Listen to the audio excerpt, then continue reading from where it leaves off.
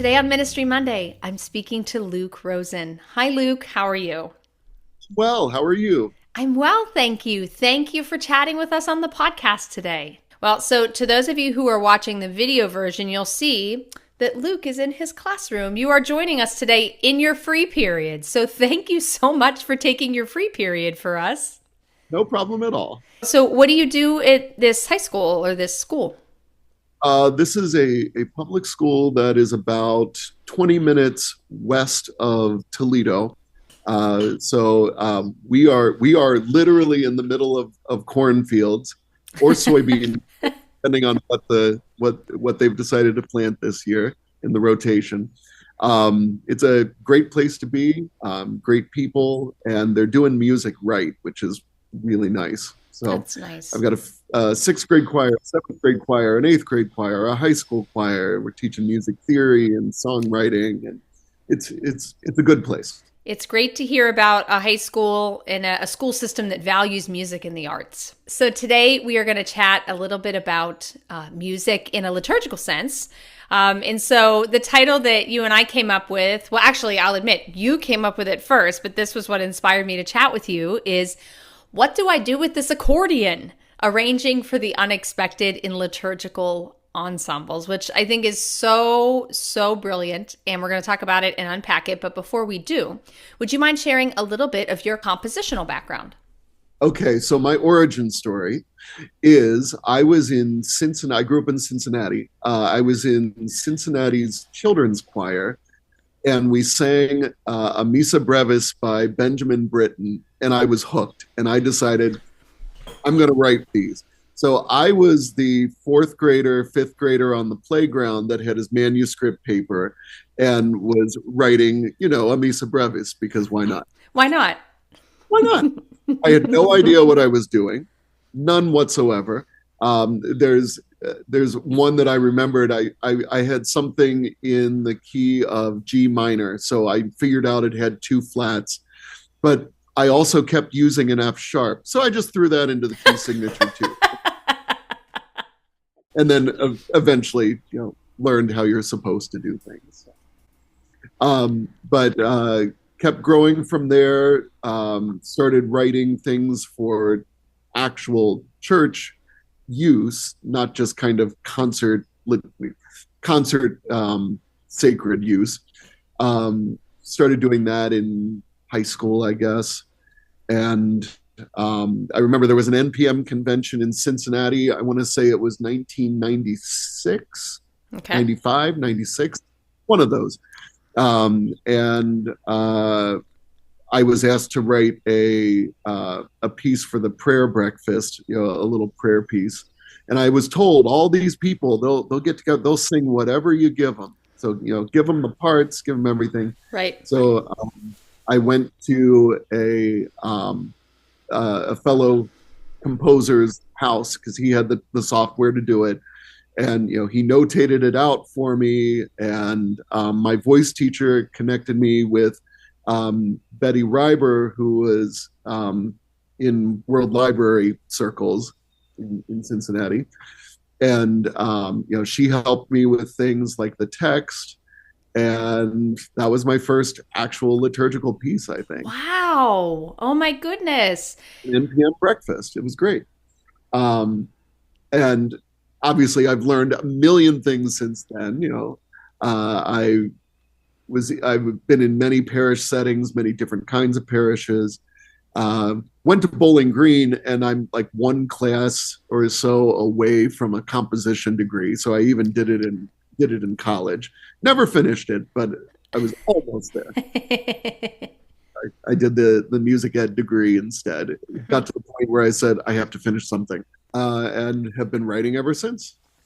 That's amazing. So do you write compositionally? Do you write on a regular basis for your parish? I write on a regular basis for whoever needs it. Good answer. I have a community choir that I write for sometimes. My church choir I write for all the time. Sometimes I write for my high school kids. Just depends on what's needed. Actually, I'm wearing a shirt one time I was actually dumb enough to write a musical for this high school. And so that's the hoodie that I've got on right now. Um, so yeah, it's the best part about composing is getting to know the ensembles and getting to know the people, and then really being able to kind of tailor fit things for those ensembles. I think that's a great place to continue our conversation in a liturgical setting. So, I think many of us who are listening to this conversation, myself included, have had, especially in instrumental ensembles, we've had instruments who want to participate in the life of the music ministry, but may not be your standard issue C instrument or B flat instrument, or I would even say E flat instrument, but want to participate, right? So let's start there. So you said getting to know your ensembles. So first off, what are some tips you could give to someone who's listening before we even start putting pen to paper for arranging something? Like, how do you get to know an ensemble, especially if there's a unique instrument in it? There's the long game and the short game. The short game is before I would have said you pull out your Adler orchestration book, but now you can just hop online and find out, the ranges for things and what's possible and what's not. That's the short game version of it, where you can write something that is technically playable on the instrument. The long game version is you listen to what your players can do over time, and you kind of make notes in your head of, ooh, this was a struggle. Is it because the range is extreme? What is it? Sometimes with community ensembles like this, like a non-professional ensemble, sometimes it's as simple as, my key doesn't work right. And maybe they don't even realize that it doesn't work right. They just know that something's not going quite right. And so sometimes you can even notice little quirks like that and say, okay, I'm going to avoid this or that. Another thing that is good to do also with the long game, start to listen to what they complain about, because they will be real fast to complain about things. They'll tell you when it's good, but they tell you when they don't like it. And I have the most wonderful flute player at church. She is just so much fun. One of my previous flute players really liked playing almost Bach-like pieces where there are all these, very intricate moving parts in the line. So a lot of my flute parts written at that time reflect that. Very intricate, and lots of scale passages, and lots of what I would call gestural things, where it doesn't really matter what the notes are on the scale going up. What you're looking for is the whoop. So she's got a lot of those things, and she just gives me the best side eye all the time in practice when she opens up to one of those that was written for that previous player that loves doing those things, because that is not her favorite thing to do. She does it, but it is not her favorite thing to do. She and the violinist that sit next to her have a good time saying, "Oh, it's another one of these." That deal. So, but just get to know what the people like when it comes down to it. Especially if you're not paying your ensemble, it does matter what they think of the piece of music, because that's what's going to keep them there. So if you have something that's impossible for them to play because it's way too difficult, every single time they do it, they're going to be feeling like lesser or inadequate, or I can't quite make the cut. That is not the mind space you want your players to be in. I worked at a university parish for the University of Toledo, and I started there in 2000, I think it was. And I walked in the door and I thought, this is great. I'm going to have a choir, big choir. It's absolutely not what happened. What happened was I got all of the college students that had played band in high school, but didn't want to commit to doing college band. Some of them did, but didn't want to make that big a commitment to the college band. Mm-hmm. And so they were looking for a place to play. So all of a sudden I had, 3 trumpets, a gaggle of saxophones, and a bunch of low brass. And there aren't parts for this. Right. So very, very quickly, I had to figure out, okay, first of all, I had to get parts that would actually work. Right. But the long game came in. Okay, this guy's struggling on this all the time. Let's see if I can simplify some of these parts so that it's more doable for him. Because I want to feel like a success. Because not even feel like a success. I want him to be successful. Right. Mm-hmm. So then, you talk about getting to know your musicians and, how they best thrive in that ensemble. Let's say someone walks up to you, and this is kind of straddling our second half of the conversation, but let's say someone walks up to you and says, I played, let's pick a different instrument. Okay. I'm gonna use my friend as an example, although she was a music ed major and was highly talented. But let's just say someone comes to you and says, I really want to play English horn for you in your ensemble. How do you start to get to know them? Like, what if they say, I want to start playing as soon as next week, and you've never heard them play? How do you start them getting involved so you can get to know them and start that long game? The first part of it, especially if you have no idea what they can do, the first part that you want to do is have I wouldn't call it a trial period, but that's essentially what it is, where they are at practices and you're getting music to them ahead of time, and you want to see them in the least nerve-wracking light, like the least stressed light. So, just a practice, they've had the music for a little while. You want to see what they can do. And any instrumentalist is probably going to be okay with that for a little bit. You don't need to have the concert after one rehearsal. The concert being liturgy. Right. And so I know that's not the way we put it, but in these terms. So any instrumentalist is going to be okay with, I'll take a few weeks just to kind of integrate myself into the ensemble. You mentioned English horn. That is such a difficult instrument to play. I know. That I instantaneously become slightly suspicious. Well, you're going to get one of two things. It's either going to be great because who's going to play English horn, or it's not going to be great because playing English horn. The safest thing to do is to have that trial period, so that you can assess things. It's helping you start that long game.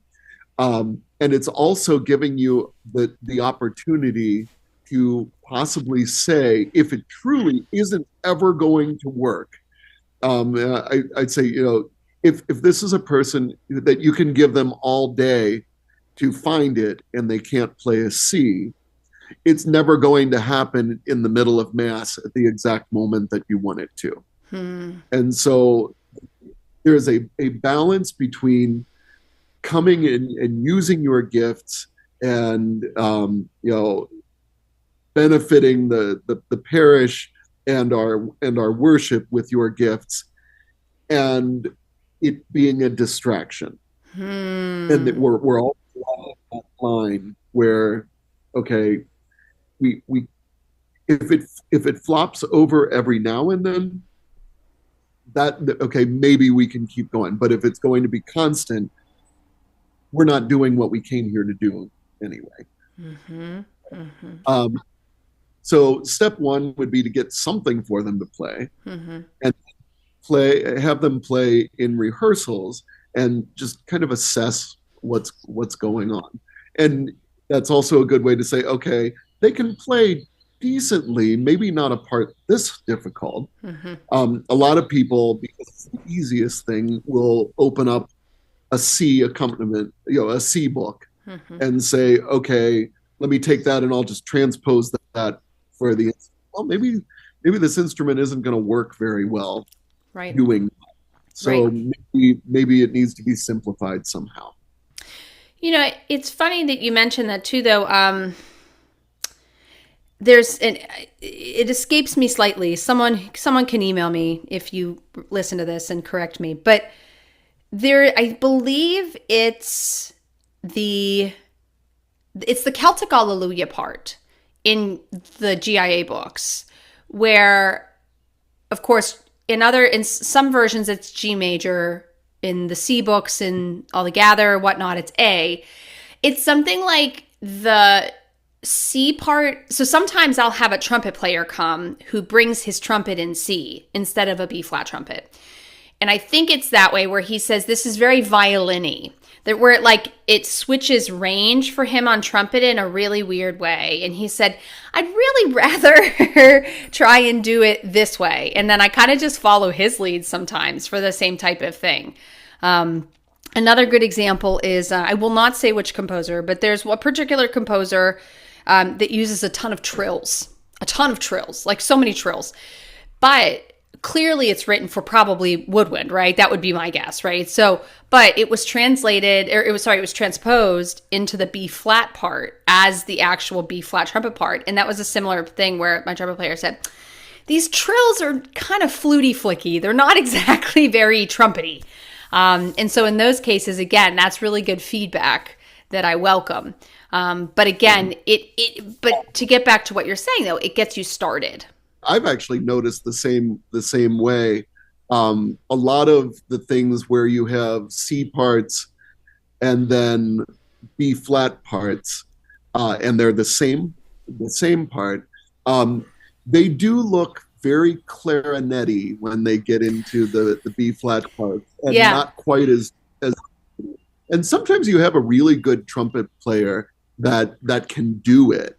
I've been very fortunate to have some excellent trumpet players around.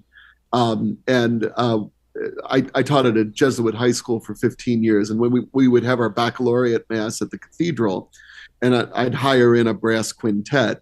Well, we had a professional level brass quintet, and I would throw those parts at them all the time, and they had no problem at all. Right. Generally, that's not who's showing up to play. Paid on Sunday. Mm-hmm. Yes, exactly. Well, so then what do you do in terms of voicing? What if you have a liturgical ensemble where you have a unique group of voicings? And let's even just use accordion for the example, because that's, of course, in our title today. But what do you do if maybe one instrument, just due to the nature of the instrument, not so much as even the way they're playing necessarily, but maybe the acoustics, the space you're in as a group, maybe the number of people playing. How do you prayerfully and pastorally address that with the players so that they can continue to be a part of the ensemble, but maybe for whatever reason, they're not the right fit? Well, I currently have an accordion player. I'm at a parish that 30 years ago was a Slovak parish and a Polish parish that got put together. Mm-hmm. There are many people from those old parishes around, and so accordion is a thing. We do a polka mass every summer. So I have experienced the polka mass, not something that I thought I'd be doing in my life, but here we are. The trick to it is, the sound that you want that is conducive to prayer. Mm-hmm. And so the trick is always to steer things in that direction. So for instance, my accordion player, she is wonderful. She is in her 80s. She plays so well and she works so hard on things. She is the sweetest person ever. And she had not done this before. She had played at the polka mass, but she had not played for most liturgies. Sometimes she would play Christmas season, because she was doing Christmas carols. Mm-hmm. I said, well, Carol, how about you play all the time with us? Mm-hmm. And she, had this look of, oh, really? And she's been a great part of our ensemble. What she does, I give her, I give her the choir books, and so she has the 4-part choir things right there. So sometimes she treats it like she's a little organ sitting over there. So sometimes she's playing all the parts. A lot of the time, she's doubling melody parts and supporting the congregation and the choir.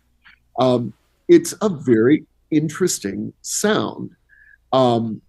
This is going to be for only the nerdiest musicians out there, but there's a symphony by Olivier Messiaen called Tarangalila, and you're listening to it and it sounds like a normal orchestra, and then all of a sudden there's something in it that your brain says, wait a minute, what is that thing?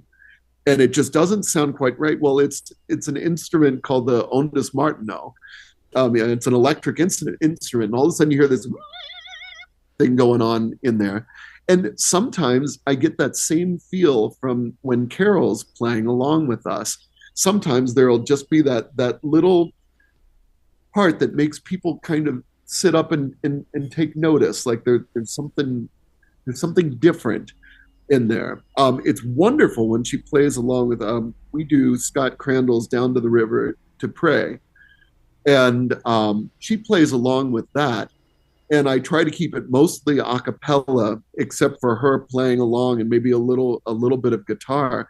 And it turns into this like straight out of the Bayou Zydeco kind of feel, like New Orleans. It is absolutely awesome. And it's not like she's trying to do it, because there's nothing New Orleans about her, but just by nature of the instrument, that's what happens. And it's a really cool effect that makes people sit up and take notice, and also encourages people to want to be a part of it. Mm-hmm. Mm-hmm. My last question for you before we wrap up is taking that question in another direction. So we've talked about compositionally arranging for the unexpected. How do you, as a pastoral musician, arrange practically or pastorally for the unexpected in a liturgical ensemble? And let me give 2 examples. The first one is, let's say communion takes way longer than you think, like way longer. Like clearly one hymn was not enough. We are nowhere near being ready yet. There's plenty of people still receiving. How do you use the liturgical ensemble for your support of that? The best way to deal with the unexpected in situations like that is to never let them be unexpected.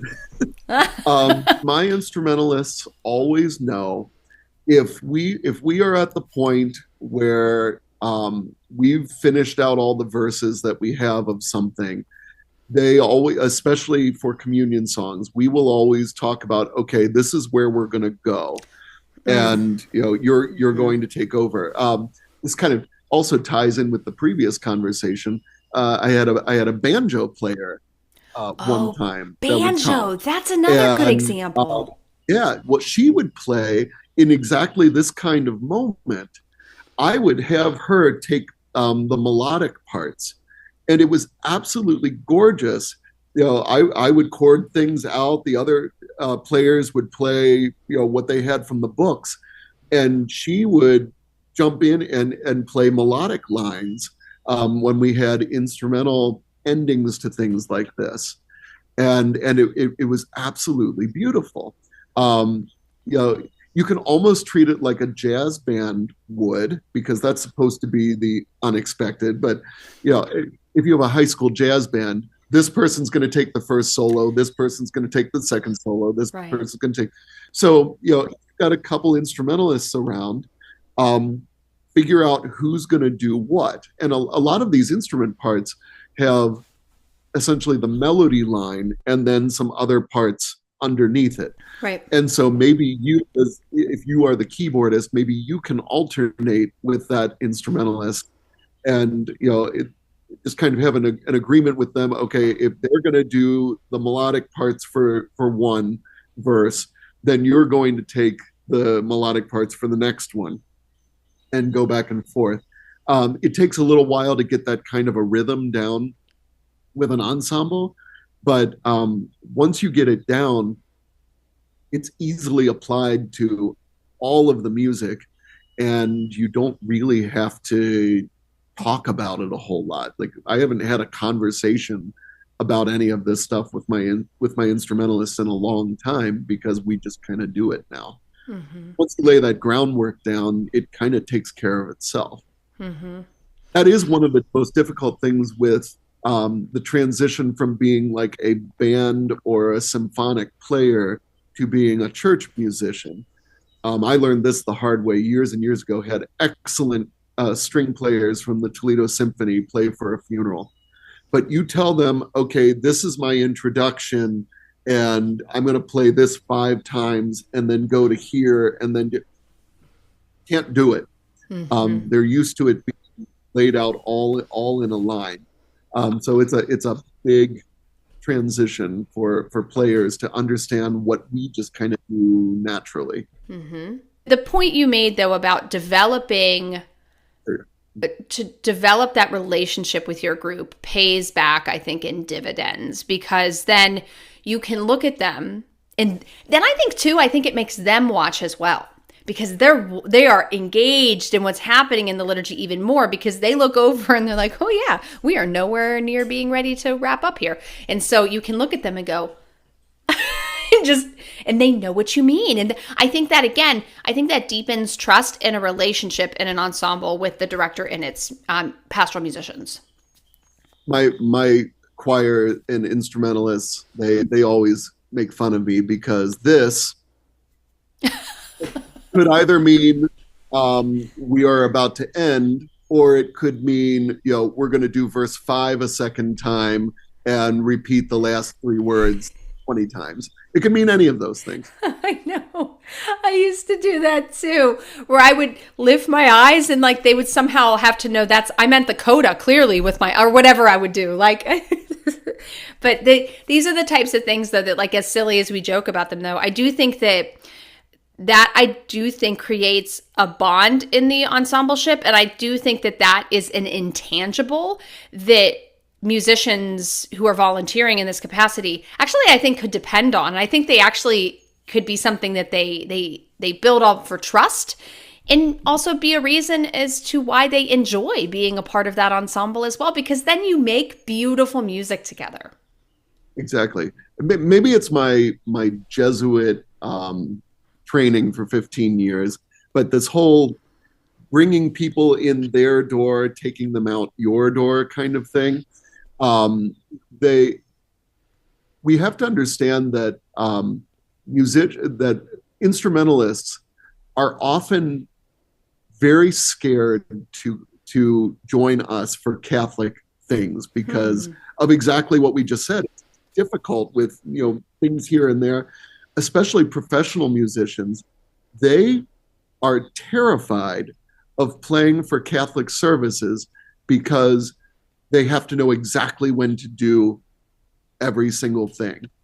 And if you are that person that can walk them through it a couple times or write it out, like, we're going to play this, then this is the intro, then here's do that extra legwork, they're going to really respect that and have a much better welcomed feel in the place, so that they're less mercenary and more a part of what's going on.